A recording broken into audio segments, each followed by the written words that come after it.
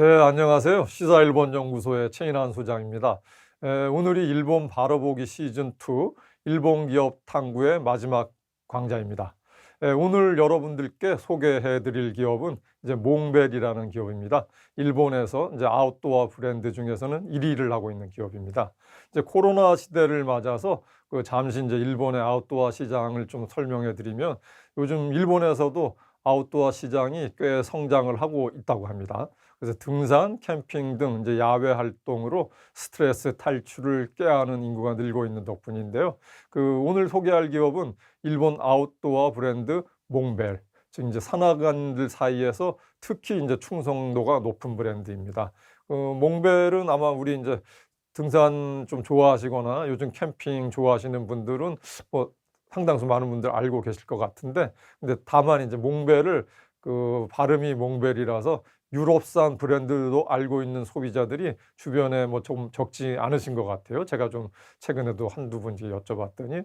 그래서 몽벨은 이제 사실 회사 명칭 그대로 프랑스어죠. 산인 몽과 아름다운 베르의 합성어로 이제 아름다운 산이라는 뜻을 갖고 있는데요. 오는 2025년에 창업 50주년을 맞는 이 몽벨이라는 회사는 흔히 이제 가성비죠. 이제 가격 대비 성능, 그리고 이제 톡톡 튀는 판촉 전략, 아주 독특한 회원 제도로 강력한 브랜드 구축에 성공했다는 평가를 듣는 회사입니다.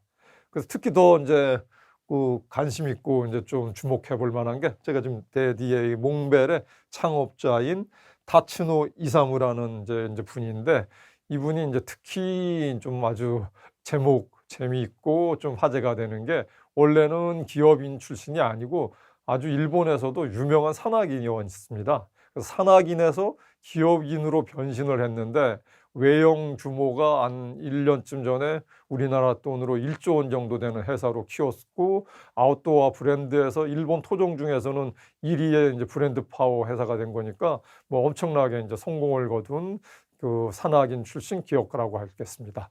그래서 오늘 기업 탐구 마지막 시간에는 이 타츠노 이사무 몽벨 회장의 인생 스토리를 한번 좀 따라가 보겠습니다. 잠시 이제 먼저 몽벨의 창업 이후에 좀 뭐 창업 초기부터 성장 과정을 좀 둘러보면요. 최근 이제 코로나 사태로 일본은 내수 시장은 전반적으로 위축됐습니다. 이걸 뭘 말씀드리냐면, 제가 우리 이제 일본 기업 탐구 시간에 몇 번 쭉 설명을 드렸지만, 기본적으로 일본은 한 12, 3년 전부터 인구 감소가 되는 그런 사회이기 때문에, 인구적인 측면에서 결국은 인구가 많아야 되고 소득이 늘어야지 내수 시장은 커지는데, 거꾸로 일본은 지금 20여 년 이상 장기 침체를 겪고 있는 데다가 더군다나 10년 이상 인구가 줄고 있으니까 당연히 내수 시장은 뭐 소비 기준으로는 줄 수밖에 없는 게 아주 기본적인 구조거든요. 그럼에도 불구하고 거기다가 또 최근 한 이제 2년 반 전부터 이제 코로나 사태로 외부 활동이 어려워지니까 기업 활동도 그렇고 여러 가지 이제 이중, 삼중고의 경제 환경에는 안 좋은데, 그럼에도 불구하고 내수 시장이 안 좋음에도 불구하고 등산, 캠핑 등 아웃도어 용품은 아주 잘 팔린다고 합니다. 그 이유가 아주 좀 재미있는데, 아마 이 현상은 뭐 우리나라에서도 사실은 저도 이제 몸으로 느끼고 있는데, 저도 등산을 좋아하기 때문에 매주 토요일마다 뭐 가까운 북한산을 비롯해서 경기도도 가고 좀 멀리도 가보는데, 요즘에 재미있는 현상이 특히 코로나 시대에 한 2년, 3년 전부터 젊은 층들의 야외 운동하는 인구들이 굉장히 늘었거든요. 그래서 일본에서도 젊은 층의 아웃도어 용품 소비가 굉장히 늘면서 이 아웃도어 시장이 전반적으로 커지고 있는데 아주 기여를 하고 있다고 해요. 그래서 또 하나 보면은 젊은 층이 아웃도어 시장을 폭발적으로 지금 이제 견인을 하고 있는 게 바로 제가 지금 오늘 강연하고 있는 것들도 아마 시청하시는 분들 유튜브로 보시는 거겠지만, 이 유튜브와 이제 소셜 네트워킹 서비스, 그리고 SNS 이용자가 증가하면서 아웃도어 용품의 시장 성장세에 영향을 주고 있다. 이런 것도 전반적인 소비 시장이나 마케팅 쪽으로도 꽤 의미가 있는 것 같습니다. 그래서 좀 숫자적으로 한번 보면요. 그 일본의 아웃도어 시장, 그 마케팅 일본 기관들의 시장 그 분석치에 보니까 한 최근 10년 사이에 50% 정도가 커졌다고 그래요. 숫자적으로 보면은 아웃도어 시장 규모가 한 1년 전이 2021년 기준으로는 2,053억 엔 정도였으니까 우리나라로 보면은 한 2조 원 정도 조금 넘을 것 같아요. 물론 이거는 뭐 한 1년 반 정도 전에 공식 발표치기 때문에 지금은 또 뭐 여기서도 한 50% 이상 정도 더 늘었을 것 같습니다. 그래서 이제 이렇게 전반적으로 최근에 한 3, 4년 정도 전부터 아웃도어 시장이 괜찮다라는 기본 상황을 전제로 깔고 그 위에서 몽벨이 어떻게 그러면은 잘 성장을 해왔느냐를 조금 더 살펴보려고 그러는데 그 1975년에 이제 몽벨은 창업을 했거든요. 근데 몽벨은 또 재밌는 게 이 다츠노 이사무 회장 얘기처럼 본인이 이제 산악인 출신이라서 기존의 기업을 하시는 분들하고는 스타일이 완전히 달랐다고 해요. 그래서 처음에 그 창업을 하고 나서도 기존 아웃도어 업계의 트렌드를 따라가면서 회사를 키운 게 아니라 완전히 이 양반은 본인 자신이 스스로 산악인 출신이니까 무조건 하여간 좋은 품질 제품을 만드는 것에 가장 우선을 두고 그 제품을 개발을 하고 판매를 해서 이제 성장을 해서 기존 업체와는 좀 차별화 전략, 이게 이제 하나의 좀 중요한 포인트가 되겠습니다. 과연 그러면 지금 몽벨이 일본 아웃도어 브랜드 시장에서 위상이 어느 정도인가 구체적인 좀 지표를 통해서 한번 살펴보면요. 최근에 이제 그 일본의 국내 시장 조사 기관들 그 중에 하나인 클로즈 마케팅이라는 회사가 있는데 바로 이 회사가 올 한 1분기에 그 아웃도어 브랜드 가치 조사를 한 게 있는데 대표적으로 보니까 이제 보통 이제 아웃도어 하면은 크게 시장이 양대 카테고리로 나누거든요. 하나가 이제 의류 보면은 뭐 골프도 그렇고 등산도 그렇고 뭐 캠핑도 그렇고 밖에 나갈 때 어쨌든 의류에 많이 요새 신경을 쓰고 의류 시장이 잘 팔려서 아웃도어 시장 하면 크게 의복 관련한 의류 시장 하나 하고 두 번째는 이제 도구 또는 이제 용품이라고 그러는데 그래서 등산 용품 같은 경우에는 뭐 배낭이 됐건 뭐 뭐 스틱이 됐건 뭐 신발이 됐건 다양하게 등산을 하기 위한 또는 뭐 캠핑을 하기 위한 그 용품이 필요하거든요. 그래서 의류와 용품 이렇게 크게 두 개로 나누는데 그 의류 부분 브랜드 순위를 보니까 뭐 일본에서 1위가 노스페이스라고 해요. 이거는 이제 잘 아시는 것처럼 일본 브랜드가 아니라 그래요 글로벌 브랜드잖아요. 노스페이스는.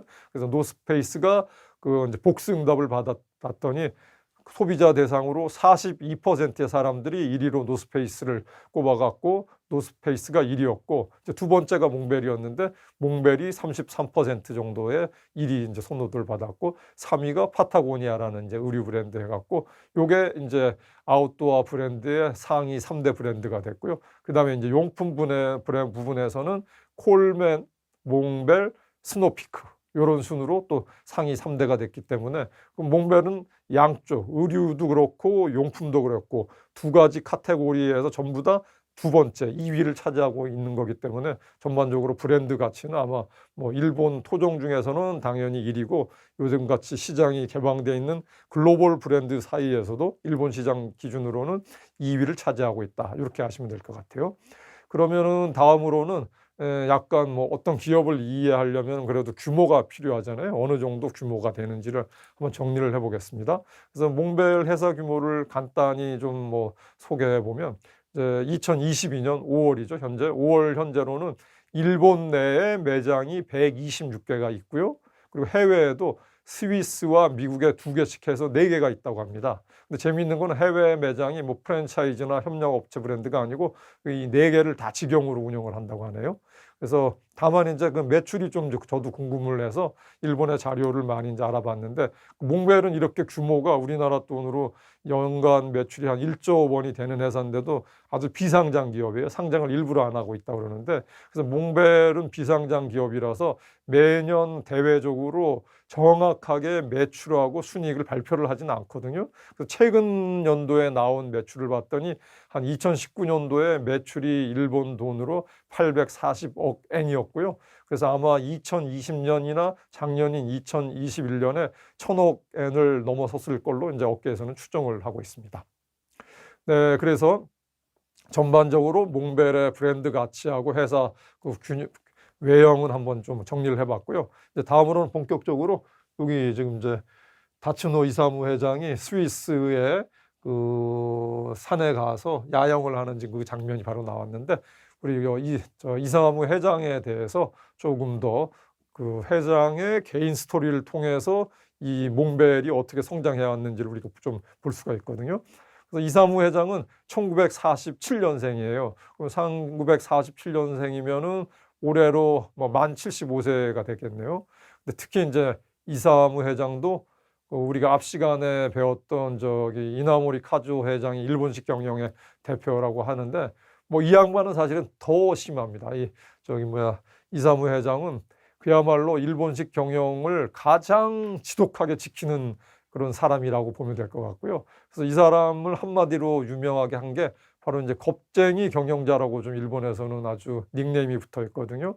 뭘 얘기하느냐? 겁쟁이 경영자는 이 회사는 순이익은 많이 버는데도 신규 투자라든지 신규 사업을 거의 안 해요. 리스크 투자를 안 한다는 거죠. 그냥 하던 일, 소위 얘기해서 한 우물만 계속 파는 거예요. 그냥 아웃도어 관련한 제품 생산에만 그냥 올인하겠다라는 게 이제 이 이사무 회장의 기본적인 경영 철학인데, 그래서 이 회사는 재무적 안정성을 굉장히 이제 중시한다고 하는데, 그게 좀 배경이 또 있다고 합니다. 그래서 그 다츠노 이사무 회장이 기업 경영에서 안전을 최우선하는 게 어린 시절부터 그 등산을 하면서 그 몸에 밴 이제 산행 경험 덕분이라고 하는데, 잠시 이제 그래서 그 이사무 회장의 그 스토리를 보면은 소년 시절에 그 하인리 하로라는 그 유명한 그 등산가가 있거든요. 이 양반이 그 아이거 북벽을 등정을 하고 나서 하얀 거미라는 이제 책을 썼어요. 근데 그거를 다츠노 이사무 회장이 그 책을 보면 하면서 아주 등산에 그냥 아주 매니어가 됐어요. 빠져들게 됩니다. 그래서 1969년에 본인도 스스로 그 알프스의 아이거의 북벽 등정에 이제 도전을 하게 됩니다. 그래서 아이거 북벽이 굉장히 막 아마 만년설이 뒤덮이고 뭐 얼음으로 돼 있어갖고 무지 이제 위험한 산인 모양인데 고산에다가, 그래서 일본에서 이 양반이 두 번째로 아이거 북벽 등정에 성공한 산악인으로 이제 기록을 남기게 되고요. 또 하나는 일본인으로서는 두 번째지만 그 나이 기준으로는 아이거 북벽을 등정한 세계 최연소 기록을 세웠습니다. 그래서 이처럼 뭐 이 다츠노 이사무 회장은 뭐 산악인으로서는 아주 뭐 전문 프로로서도 최고봉에까지 올랐던 양반이고, 이 양반은 또 등산뿐만 아니라 뭐 카누라든지 카약이라든지 뭐 온갖 스포츠에 아주 좋아하는 스포츠마니아라고 합니다. 그래서 이런 스포츠를 좋아하다가 기업인으로 이제 변신을 하게 되거든요. 그래서 그 기업인으로 변신한 스토리가 또 재밌는데, 이 양반이 이제 28세가 되던 1975년 생일날에 새로운 도전에 나서게 됩니다. 그래서 그 새로운 도전이라는 건 뭐냐? 세계에서 가장 사랑받는 등산 도구와 아웃도어 용품 개발을 하는 회사를 만들어 보겠다라고 해서 이제 몽벨이라는 회사를 창업을 하게 됩니다. 그러면서 이 양반은 아까도 말씀드렸죠. 다른 기존의 어떤 그 기업이나 아웃도어 회사하고는 달리게 나만의 길을 가겠다라고 했는데, 그래서 이 양반이 이제 나만의 길을 가겠다라는 게 바로 뭐냐면, 본인은 전문 프로 산악인으로서 아주 이 체력부터 정신까지 산에 딱 그게 꽂혀 있는 양반이라서 자기는 산의 미학, 산의 아름다움을 경영에 접목을 해서 성공을 해보겠다, 뭐 이렇게 합니다. 그래서 뭐 그 산의 미학은 뭐냐? 제가 조금 전에 앞에 말씀드렸죠. 겁쟁이 경영. 그러니까 겁쟁이 경영 이코르 산의 미학이라고 보시면 될 것 같은데, 그래서 그냥 이 양반은 보통 이렇게 자주 얘기를 한다고 해요. 임직원들이나 뭐 일본 현지 언론 인터뷰에서 겁 많은 산악인이 경영에 적합하다. 이건 무슨 얘기냐? 산에서는 한순간의 방심과 결단이 생사를 가른다.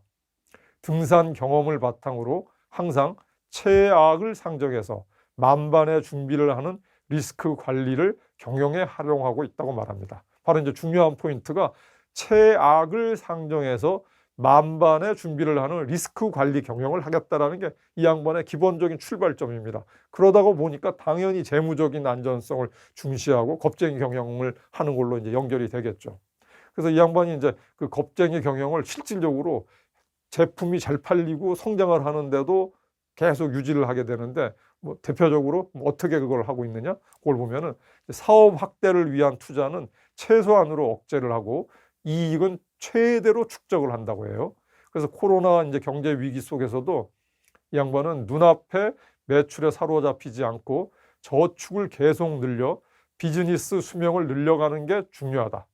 우리 회사 이제 그 이사무 회장 입장에서는 이제 몽벨인데, 우리 코로나 위기가 몇 년 더 이어져도 우리 회사는 헤쳐나갈 수 있다고 자신을 하고 있습니다. 그래서 이런 겁쟁이 그 경영의 결과가 수치적으로도 이제 나타나고 있는데, 몽벨의 자기 자본 비율은 80%를 넘는다고 해요. 여러분 뭐 이제 다 여기 지금 듣고 계신 분들이 이제 기업이나 경영자 또는 뭐 좀 일반 소비자도 계실 거고, 일본 기업에 관심 있는 이제 취업 준비생들이 이제 이 방송을 좀 많이 듣고 계신다 그러는데, 그러면 이제 자기 자본 비율 80%는 뭘 얘기하냐면, 우리가 보통 아주 우리 국내에도 그렇고 뭐 최우량 기업 4대 재벌 그룹 같은 경우에도 자기 자본 비율이 한 200% 정도 되거든요. 네, 그래서 이런 이제 겁쟁이 경영의 결과로 몽벨의 자기 자본 비율이 80%를 넘고 있습니다. 재무 안전성으로 보면 그럼 자기 자본 비율 80%가 어떤 수준이냐? 요거를 뭐 일본 기업하고 이제 비교해 보면 좀 이해하기 쉬운데, 뭐 일본에서 이건 대표적인 기업은 세계 1위 자동차 업체인 도요타 자동차. 도요타 자동차도 굉장히 자기 자본 비율이 높고 재무 안정성을 중시하는 아주 안정적인 기업으로 유명하지 않습니까? 근데 이게 자기 자본 비율로는 일본 1위 기업인 도요타 자동차보다도 높고, 그리고 일본에서 지금 뭐 IT의 기술력이라든지 전통으로 볼 때 가장 하이테크면서도 좋은 우량 기업의 대표 기업을 캐논이라고 하는데, 도요타 자동차나 캐논보다도 몽벨의 자기 자본 비율이 더 높은 회사다라고 하시면은 얼마나 이 몽벨의 그 다츠노 회장이 그 무리한 경영을 하지 않고 아주 내실 있게 경영을 하는가, 이걸 좀 이제 이해할 수 있을 것 같고요. 그래서 이 몽벨은 회사 내부 유보를 많이 하고 신규 사업에 이제 소극적인 이제 일본식 경영의 이제 이런 좀 그 일반적인 패턴인데, 그래서 사실은 뭐 또 일본식 경영이나 일본식 기업들이 비판도 좀 많이 받는 것도 사실이긴 합니다. 왜냐하면은 상대적으로 그 업력, 소위 얘기하는 창업 연도에 비해서 보통 뭐 요즘 IT 기업이나 이 벤처 기업 같은 경우에 보면은 5년, 10년 정도 되면은 흔히 얘기하는 막 유니콘 기업이라든지 대기업 수준으로 10년 안에 성장이 안 되면은 뭐 이거 제대로 된 기업이 아니다, 뭐 이런 식으로까지 나오는데, 지금 말씀드린 것처럼 한 50년 정도가 지금 성장이 됐는데, 몽벨인 경우에는 다른 이 업종에도 진출을 별로 안 하고 뭐 외형도 1조 원 정도, 일본 돈으로는 1000억 엔 정도면은 좀 비판적인 입장에서 보면은 뭐 그게 그렇게 뭐 대단한 회사야? 사실은 이렇게 또 비판적인 시각을 갖고도 평가를 할 수도 있거든요. 그래서 그런 면에서는 좀 특히 이제 서구적인 기준으로 보면은, 잣대로 보면은 좀 그 성장성이 떨어진다라고 해서 이제 투자자들의 비판을 받을 수도 있는데, 중요한 거는 요즘같이 이제 코로나 쇼크가 덮친 현재에도 이 몽벨이 굉장히 이제 그 안정적인 경영을 중시하다 보니까 뭐 리스크에는 굉장히 뭐 강한 거죠. 리스크 대응력은. 그래서 풍부한 자본력이 있기 때문에 아무리 뭐 이렇게 경영 환경이 불안정해져도 내실 있게 갈 수 있는 그런 강점이 있는 것도 또 사실이다. 그래서 우리가 일본 기업이 됐건 일본 경제를 볼 때 그런 양쪽의 측면을 봐야 된다라고 저는 생각을 하고 있습니다. 그래서 다츠노 회장이 사업 목표도 조금 특이해요. 이 양반은 사업 목표를 뭐라고 내걸었냐면, 사람들의 삶을 건강하고 아름답게 유지하고 쾌적한 활동을 보장해주는 아웃도어 명품을 만드는 것이다 해서, 이 사람이 이제 그래서 이런 목표를 달성하기 위해서 이제 흔히 얘기하는 이제 일본식 경영의 또 이제 모노츠쿠리라는 거 있잖아요. 장인의 혼을, 정신을 담아서 물건 제조를 완벽하게 고품질로 하는 게 이제 보통 얘기하는 모노츠쿨인데, 두 가지 모노츠쿨이 원칙을 몽벨 제품에 강조를 하거든요. 첫 번째는 뭐냐면 자신이 가지고 싶은 물건을 만든다. 두 번째는 좋아하는 것을 상품화한다. 그래서 자신이 가지고 싶고 좋아하는 상품을 몽벨의 최종 완제품으로 만드는 거죠. 그래서 특히 등산용품의 경우에는 무조건 이 양반은 품질 최우선이에요. 품질 최우선. 근데 그 이유가 뭐냐면 제가 앞에도 말씀드렸죠. 이 양반이 이제 겁쟁이 경영, 그 산의 미학을 경영하게, 몽벨의 경영에 접목하게 된 아주 개인의 그 목숨을 건 이제 그 실증적인 예가 있거든요.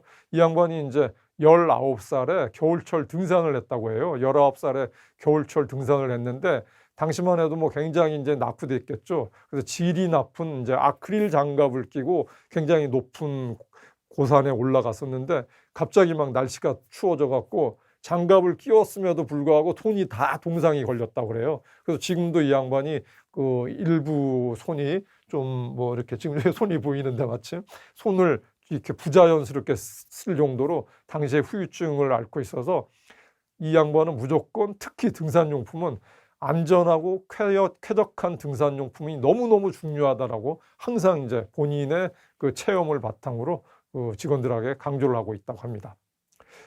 다음은 이제 그러면은 이러한 스토리를 갖고 있는데, 근데 뭐 예를 들어서 좋은 제품을 만들거나 차별화된 제품을 갖고 있는 그런 회사는 뭐 아웃도어 내에서도 많이 있는데, 실질적으로 그런 제품을 가지고 시장에서 성공하는 거는 또 다른 얘기거든요. 그럼 예를 들어서 아무리 그건 뭐 아웃도어 시장뿐만 아니라 다른 업종도 마찬가지인데, 아주 독창적으로 좋은 제품을 개발했다고 해서 그거 개발한 개발자나 그 회사가 시장에서 뿌리를 내리고 큰 기업으로 성장하느냐? 전혀 그거는 또 다른 얘기거든요. 결국 시장에서 다른 기존의 좋은 업체나 큰 업체하고 경쟁을 해서 그 업체를 경쟁해서 이기고 더 성장한다라는 거는 바로 마케팅이 돼야 되는 거죠. 판매가 되고 마케팅이 되고 소비자 만족을 줘야 되는데, 그래서 그 몽벨이 어떻게 그러면 실질적으로 시장에서 자리를 잡고 성장하게 됐느냐, 이제 그런 측면에서 몇 가지 그 실질적인 걸 한번 살펴보겠습니다. 그래서 보통 이제 아웃도어 그 애호가들, 소비자들 입장에서는 그 몽벨 제품을 선택하는 이유로 이제 몇 가지를 꼽는데, 첫 번째 이유로는 양심적인 가격을 꼽고 있어요. 그 양심적인 가격은 뭐냐? 바로 이제 가성비라는 거죠. 우리가 흔히 얘기하는 가격 대비 성능. 그러니까 가격은 그냥 어느 정도 수준으로 뭐 무지 높은 건 아닌데 그 가격에 비해서 성능이 굉장히 좋다라고 해서 이제 소비자들의 평가가 좋다고 합니다. 근데 이제 그래서 이런 걸 백업해 주는 게 이 회사의 모토가 이제 그걸 알 수 있는데, 좋은 것을 만들어 싸고 친절하게 팔자라는 게 이제 이 회사의 모토라고 해요. 그래서 전문가들이 쓸 수 있는 고품질 제품을 경제적 여유가 없는 젊은 학생들도 살 수 있는 브랜드를 만들겠다라는 게 이제 타치노 이사무 회장의 창업 이후에 일관된 이제 경영 철학이었고요. 그래서 또 하나 중요한 게 바로 이제 마케팅 전략이 필요하다 그랬지 않습니까? 그래서 어쨌든 근데 좋은 제품을 만들려면 당연히 원가가 올라가게 되잖아요. 품질 좋은 원자재를 써야 되니까. 그러기 위해서 이 회사는 코스트 절감을 위해서 제품은 직영점을 통해서만 판매를 하고 있다고 합니다. 그래서 일본에 아까 말씀드린 126개인가요? 그 일본 국내 매장은 물론 해외 4개까지 포함해서 무조건 몽벨 제품은 직영점을 통해서 판다. 이렇게 돼 있고요. 그 다음에 이제 또 하나 재미있는 게 이 회사의 이제 독특한 고객 관리 방식도 흔히 이제 요 일본의 업계나 경영학자들이 이제 성공 요인으로 이제 꼽고 있는데, 그 독특한 고객 관리 방식이 뭐가 있냐면 연회비를 이제 1,500엔 정도, 우리나라 돈으로 한 15,000원 정도 되겠네요. 그 연회비 1,500엔을 유료로 받는 몽벨 포인트 카드 몽벨 클럽이 있는데, 이 몽벨 클럽 회원이 최근에 100만 명을 돌파를 했다고 합니다. 그래서 고객들이 이제 돈을 내고 가입하는 이유가 이제 뭐 여러 가지가 있는데 아주 다양한 혜택 때문이라고 합니다.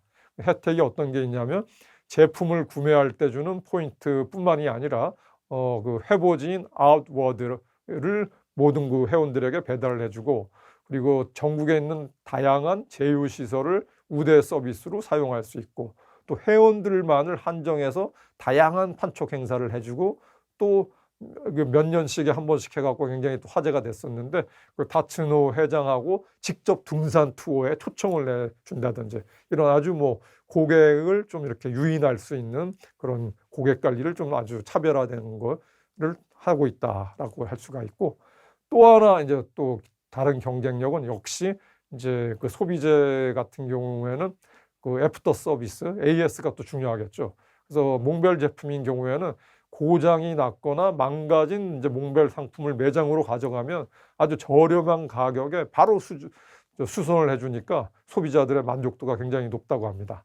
그래서 다츠노 회장은 이제 그래서 특히 그 창업 이후에 보수, 리페어, 재사용, 리유즈, 재활용, 리사이클을 뜻하는 이제 3R을 굉장히 이제 강조를 하고 있다고 해요. 그래서 그건 뭘 얘기하냐면 지구 환경 보존에 기여를 해야 기업이 지속적으로 성장할 수 있다는 인식을 갖고 있습니다.